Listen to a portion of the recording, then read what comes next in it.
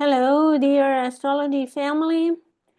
Satangat again with a new video. This time I'm going to speak about the upcoming Aquarius new moon, January 29 at 9 degrees 51 Aquarius. This time I corrected the year last video. I didn't realize that I still was in January 2024. Well, I hope you forgive me for the mistake. Of course, you realize that it was this year and not last year. This time the moon is out of bound up until the day before the new moon in Aquarius. So it is out of bounds between 24 and 28 of January. So on the 29th, she will be within the boundaries. So hopefully it will not be so difficult. But there are other factors that might be a unique new moon, let's say. For example, Mars is out of bounds until 8th of April 2025. All through eclipse season, I'm preparing a video about the next eclipse on the south node, right? Is the next eclipse is in Virgo, 2350 something, and is on the south node. So I remind you that I am a tropical astrologer. I do professional reports and interviews. If you like to have a consultation with me regarding either your natal chart, your progressed chart, or if you have a specific question and I need to consult different techniques, I can do that for you as well. So I hope you contact me and on this email. You send me your confidential birth information, and I will keep it confidential and private. We will have an exchange, personal exchange online on video, a consultation that is interactive. And I'll show you the charts. I explain why I interpret what I say, and always based on the astrology. So sometimes people say, well, but things are this and that. Well, this is what the astrology shows. So if you see something different, well, it might actually be Neptune and Pisces conjunct the North Node. Because these days we are so confused about everything. We really don't know what is going on. It's like being in a vortex of energy that is spinning around us without us understanding what is going on. So we are in the middle of it. We are evolving. This is a revolution that is taking the whole world. So we will dive onto the new moon, and I will show you also how the first quarter moon and the full moon look like. And we will go in detail about the planetary configuration, the planetary aspects, and everything about it. So hold on to your hats because it's going to be quite something. Okay, so I would like to start not by the moon or the sun, but by the general configuration of the chart. one of the things that you notice is that this empty space on the right side of the chart, it goes from the ascendant. This is the location is Austin, Texas. It doesn't matter. So the ascendant, well, doesn't matter, but is from Pluto to Mars. There is an empty space there. And it's going to be there for a while because all the fast planets are after Pluto. And Pluto in this chart is what is called the cutting planet. Why? Because it's the planet that is facing this big, huge open space in the chart, clockwise direction. And it is in charge of showing it indicates the important characteristics of the event. In this case, it's an event. It's the new moon. And it shows the manner in which we enter into the new experience. And this is according to Mark Edmund Jones. That call this the cutting planet. So is the way we start all new experiences. In this case, is the start of the new moon. As a collective, we are entering this new moon cycle, let's say, through Pluto energy. And we do it through efforts at improving or regenerating the status of our current conditions, and also with great deal of courage and resourcefulness in dealing with those new experiences. These experiences may involve corporate money, secret activities, manipulations, power and control, occult endeavors, and activities that are scientific but underground, let's say. And Pluto is afflicted in a way because it has difficult aspects. So I will show you what aspects are difficult because they are not visible here, but there are some aspects that are difficult. In this case, it could be the way entering new experiences. It could be reckless. It will be an autocratic attitude and attempting to influence with power and regenerate situations and people and the collective. So they also, these new experiences may also come through efforts to rebuild the old, remake it, regenerate it, like from compost to new life, for example. And also discarding things that are not good anymore, and discarding conditions and things that are obsolete or plainly rotten. So that's why we are talking about revolution with this new moon.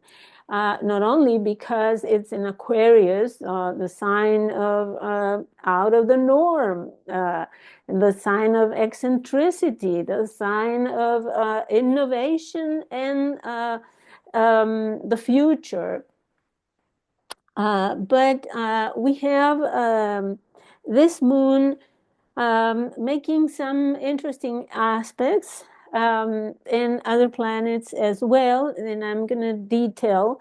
But first, I will talk about the sun and the moon in Aquarius, right? As I said, is in the sign of Aquarius, decan of Aquarius, right at the border of the second decan of Gemini, and also in conjunction with Mercury.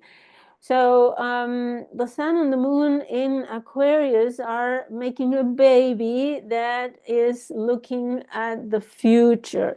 So it's like a marriage of science, a marriage of technology, communication, social regeneration because of Pluto's influence, because Pluto has a conjunction with this new moon, and the orb is 7 degrees 52 minutes. So it is a wide orb, but we consider it still conjunction. And we have a stellium, right? We have Pluto, Mercury, Sun, Moon, and Ceres, the asteroid, the biggest asteroid in the solar system. And I'm going to talk about all of them because they are all related. So Aquarius, as I said, we are starting something that is eccentric, innovative. It could be a surprise, unexpected. It could be totally scientific, totally abstract.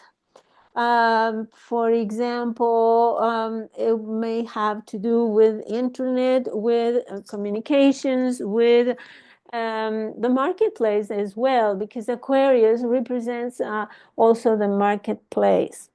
And it has to do with trade. The marketplace is commerce, right?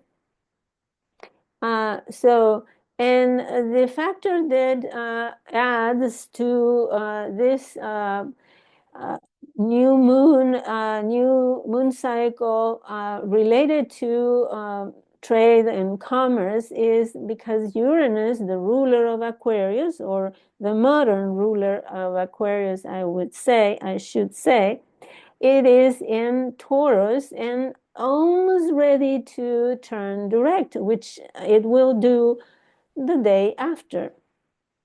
So it says retrograde still, but in fact it is stopped at that degree and is not moving anymore until the next day when it stations direct. So Uranus in Taurus is talking about an earthquake, let's say, that could affect nature. That's one possibility, as it has been the case until now. But it's an earthquake in the sector of finances, banking, the stock market. It could, and I'm not a financial astrologer, not at all. I'm not a specialist. I'm just interpreting what I see here from the symbolism of Uranus in Taurus. So it could be an earthquake of that kind, and it could be also a shake in the sector of energy and production and storage of energy. For example, the new president of the United States has announced that drill, baby, drill, right? So, without any comment about that, I will say that it represents a really a revolution and or a devolution, maybe, in the area of production of energy, which is the axis of Taurus and Scorpio. So, okay. So, just checking if I was recording. So, um, so this new moon has a lot to do with trade and commerce and communications and social activity as well. The traditional ruler is Saturn. So if we consider Saturn in Pisces, it's like um, how do you say those rocks that are very rounded and soft at the edges. I don't know the name, but it's like very, very soft at the edges, I would say, because it's a Saturn that is kind of questioning boundaries here. In Pisces, it's hard to have boundaries in Pisces, and Saturn comes and tries to put limits and regulations on the ocean, for example, right? And I don't see it succeeding really, not while Neptune and the North Node are together in Pisces. So this in Venus is the ruler of Taurus, the ruler of this Uranus, and it's sandwiched between and actually in the midpoint. About the midpoint between Saturn and Neptune, even though Venus is considered exalted in Pisces, very uh, um, extremely inspired, and it's a Venus that it is so romantic and elated by the inspiration of love and compassion. However, on the one side, she is, let's say, holding the hand of Neptune, which can really confuse Venus, and not only confuse, but deceive her as well. And on the other side is Saturn coming back, coming from the back, I would say, trying to tell Venus, listen, listen, listen, be careful. So don't fall in love, because this may be not the true thing that you think you have, right? So Saturn is coming and telling Venus, uh, uh, like giving her by the reality, right? So it's a difficult position for Venus between these two planets. Plus, at almost the end of Pisces, she is really overwhelmed by the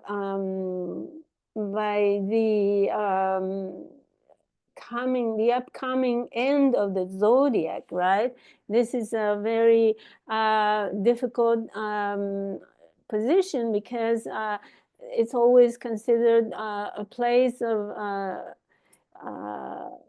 it's critical. It's an area very critical when passing the end of Pisces into the fire of Aries. Plus, on a couple of days before, she started, let me tell you when, 2 days before, no, the day before, on the 28th of January, she entered the shadow area, which started at 24 degrees 38 minutes. So what does that mean? Well, it means that she will come back over this area from 10 degree of Aries back to 24th, 38 minutes of Pisces. And she will travel this section of the zodiac twice. And it is an area that the Eastern astrologers call Gandanta, which is, as I said, it's very critical because it's the end of the zodiac and the start, right? Coming from water into fire. It's like coming out of the ocean. You had a nice plunge in the ocean, and you come out, and the sun is scorching you. So this is about the how I can explain the symbolism, right? So remember the importance of remember this shadow period is that Venus will come back over this. So whatever you do financially, for example, if you buy you make a big purchase, for example, because you absolutely love it and you are in love with this thing, or you fall in love with the person, you are absolutely in heaven with this person. Well, let me tell you, you will come back to this, and not only that, but you will this Venus will hit Neptune, sorry, uh, 3 times, and Saturn as well. So she just had the encounter with Saturn, and it was something very positive. It was before her shadow, but she will join Saturn twice more. So it will be like having mountain, how do you call this, this roller coaster of desires and acceleration, and then reality check, and then again an acceleration, and then another reality check. It's going to be up and down like a roller coaster. Okay, so be careful not to fall prey of any financial deception or scam. It's important to keep your expenses within your budget. Otherwise, you might regret it later on. So be extra careful with your bank accounts and all of that. Um, let's see. Another thing that we need to consider with this Venus in Pisces in this situation is that she rules the Taurus Uranus. And so this makes this Uranus in Taurus shake or earthquake a little, how can I explain? A little volatile, and that might be just a very limited way to describe it, because it could be a roller coaster, a financial roller coaster, as well as serious problems with distribution of energy, for example, um, be it electricity mainly, but other sources of energy also could be. And also, this could signal to severe storms, for example. Uh, but it can also mean that some illness may ravage society. So be careful in that regard, health-wise, prevent any contamination. Make sure you uh, wash food that is washable very well, that you cook very thoroughly, that you wash your hands, that you take all the hygiene measures that need to be taken in order to keep in good health. Anyways, enough about that relationship between Uranus, the ruler, Saturn, the ruler of this, both rulers of this new moon. Now, this new moon is also barely 1.5 degree orb trine with Jupiter. So the news will be abundant regarding whatever starts with this moon cycle. Jupiter in Gemini is just talking about it and too much and talking a lot about it. And this Jupiter can really enhance any project that you start in this with this new moon. So not only that, but the relationship with Jupiter is that the moon is also contra-parallel. And this is an aspect of declination, and is contra-parallel Jupiter.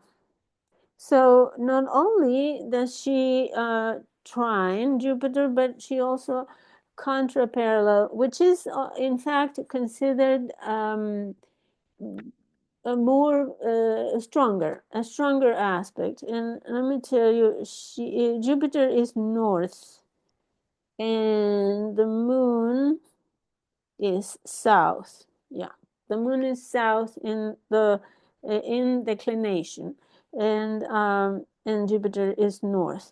So this is a strong aspect similar to the opposition, and I would say that is stronger than the trine, but less strong than the opposition.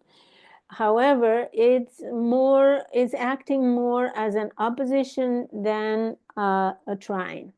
So you have to weigh, right? It depends on how it falls on your chart, how it affects you, if you have planets or angles or points in between 8 and 11 or 7 and 11 degrees of the air signs or the fixed signs or the mutable signs. This can affect you. And when the moon and the sun opposes or contra-parallel Jupiter, we have this kind of inflation or exaggeration or expansion of the symbols of the moon and the sun. So we have this this new moon that really will have a huge effect on society, Aquarius, right, on the collective. And as I said, on the marketplace, on the trade, on the commerce, and all those subjects. So it is financial and indirectly, but is mainly focused on trade in commerce.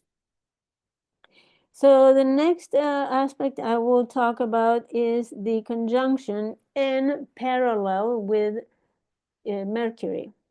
So the conjunction is stronger even due to the fact that they are parallel. So meaning that both Mercury and the moon are south declination. And so Mercury here is under the sun rays and is combust, meaning that it's not showing everything that it could. And it's not fully, let's say, fully clear. So this Mercury is the mind, is communications, is trade agreements, for example, written documents, and all of that, but Mercury is combust. So it may mean that if you sign agreements or important documents or make serious plans about something, it can be iffy.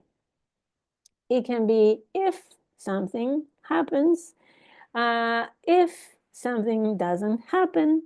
So it will be actually depending on other factors. As I said, the conjunction is double strong due to the fact that it's parallel. And many astrologers consider the parallels stronger than conjunctions. So another important thing is that even though it's kind of far to be in conjunction with Ceres, the asteroid Ceres, Ceres is in the decan of Libra, or ruled by Venus as well. The moon and Ceres are parallel. So it means that it is considered a conjunction anyways, and even stronger than if they were at the same degree. So, and what does that mean? I'm going to read paraphrase from Demetra George's book, The Asteroid Goddesses. Because first of all, I'm going to read regarding Ceres in Aquarius. It says one identifies oneself nurturing with individuality. And the protective experience fosters self-determination and the recognition of the right of others. So the nurturing is expressed through teaching others to accept their eccentricities and themselves, even if they follow the beat of a different drummer. So it has to do the sense of being nurtured has to do with keeping one's separateness, Aquarius, right? One's personality, individuality, which is what Aquarius strive for, because it's the opposite sign to Leo, right? Is the identity, ego, in the good sense of the word, ego axis, right? And they are both Leo and Aquarius, two extremes of the same energy. Now, when Ceres is in conjunction or parallel with the moon, we have both, because it could be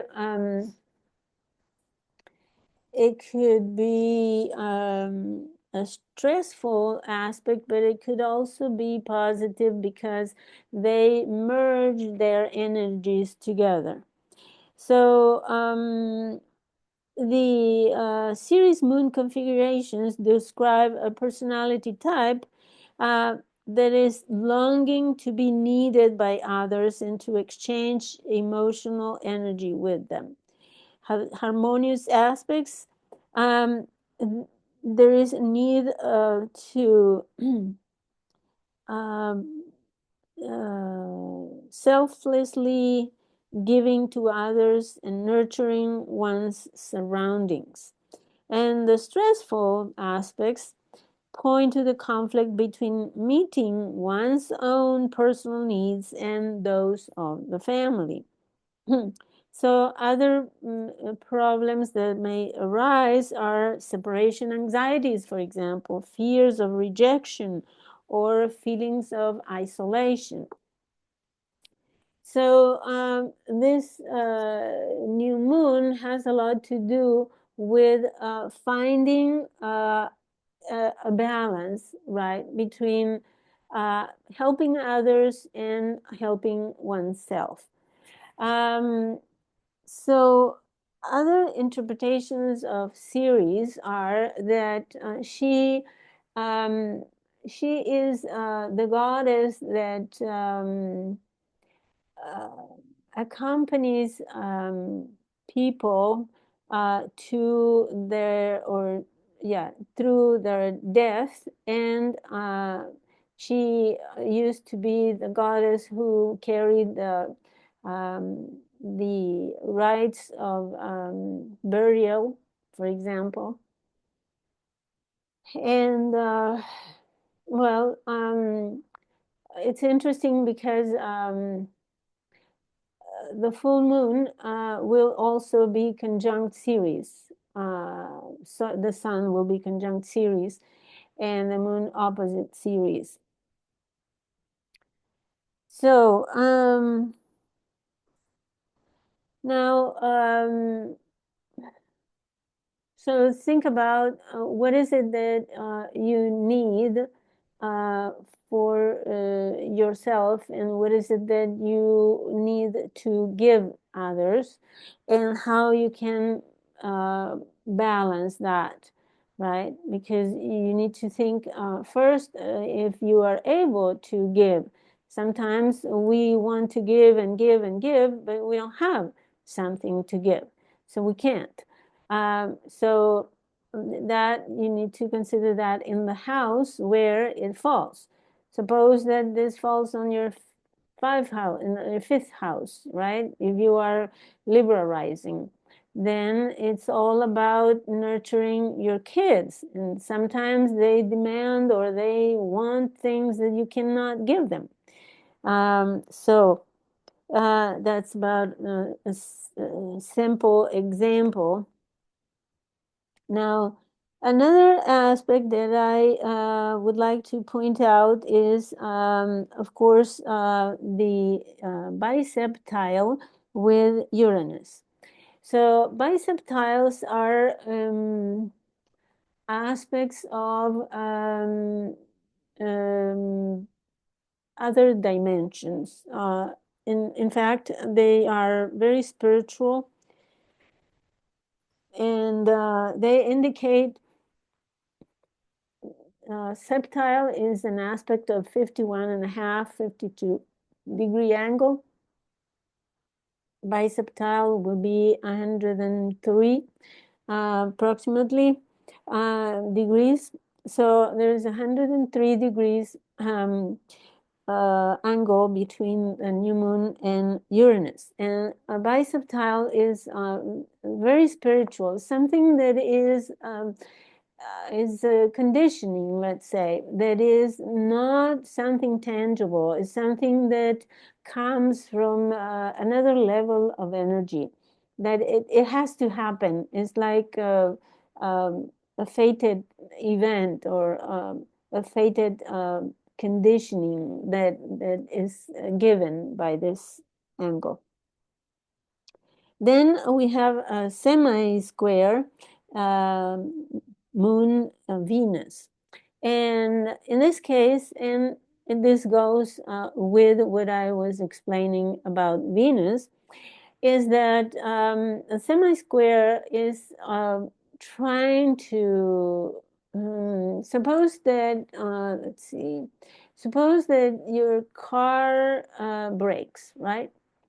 And well, the first attempt will be to find out what it is. And you can't see anything obvious, but you try to find out what it is, but there's nothing obvious. So you open the hood and you look down, and well, you try this and you try that, but nothing seems to be the solution.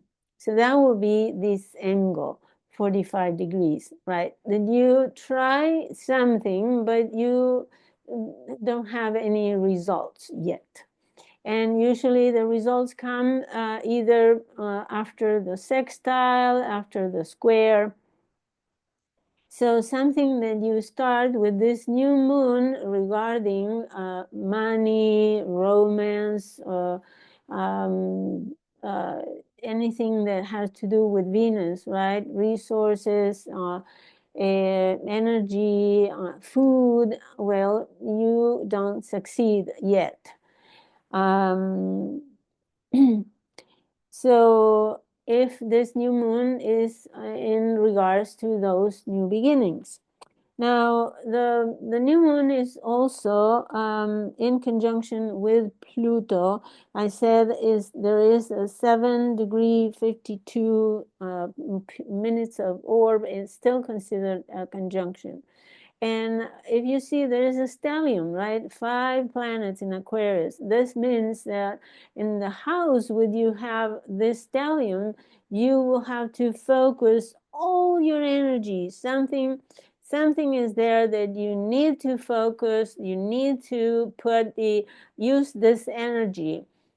Suppose it is in the 6th house, then something, for example, in the way you work, your place of work. It could be your health. It could be your pet that needs attention. Well, you need to do something about these subjects. The subjects related to the house. If it is your 4th house, then your home, your family, the members of your family need attention. And there's a lot of energy concentrated, focused.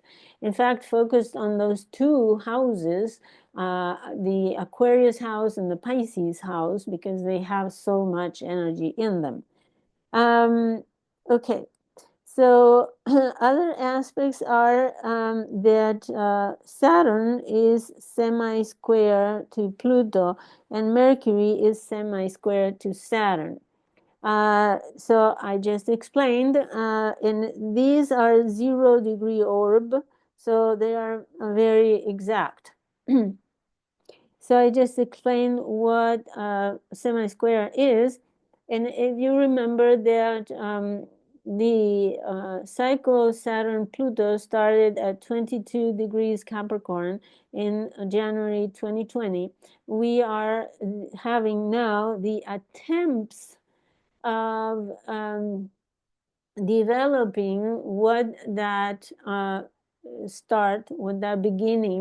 what that new beginning indicated. And we are attempting, but not achieving any progress yet. It's a 45 degree angle. Now, the 45-degree angle or semi-square between Mercury and Saturn is a closing cycle, right? Whereas Saturn and Pluto is an opening or waxing cycle. Now, Mercury is closing the cycle with Saturn, and it comes to join Saturn for a new cycle. So the closing cycle is also an attempt to integrate what has happened during the rest of the cycle. Is the closing cycle. But it's the same thing. Now it's like having the balsamic Mercury in relation to Saturn. So it is time to integrate, to absorb the things that Mercury and Saturn have worked on along the cycle. Another aspect on this chart is Mars trine Saturn. And the orb is 4 degrees, which is kind of weak, but still. And if you think about the previous days, Mars is retrograde, so Mars is approaching and Saturn is also approaching Mars. So we will have this trine in the future. They are applying to each other. And 17 degrees is where Mars will be stationary direct. Anyways, but since Saturn will be will continue going forward. The perfecting of this trine, let's see when that will be. Mars trine Saturn is on the 9th of February at 18 degrees 23 minutes. So still some time after the between the first quarter moon and the full moon, in between. So Mars and Saturn in a trine is very militaristic. They're supporting each other, but it's in the water sign, so I'm not sure if this, and plus Saturn is Mars is retrograde, so I'm not sure if it is very uh, aggressive or is able to initiate some aggression. I think it's more defensive than aggressive, especially having Mars in Cancer. It is more difficult for Mars to get. He's like a soldier, all with all the gear on his body and his arms and his protections and all of that, walking in the sea, trying to advance in water inside the pool, for example, or inside the sea. It's difficult. So we'll see by February 9th what happens, but it's applying.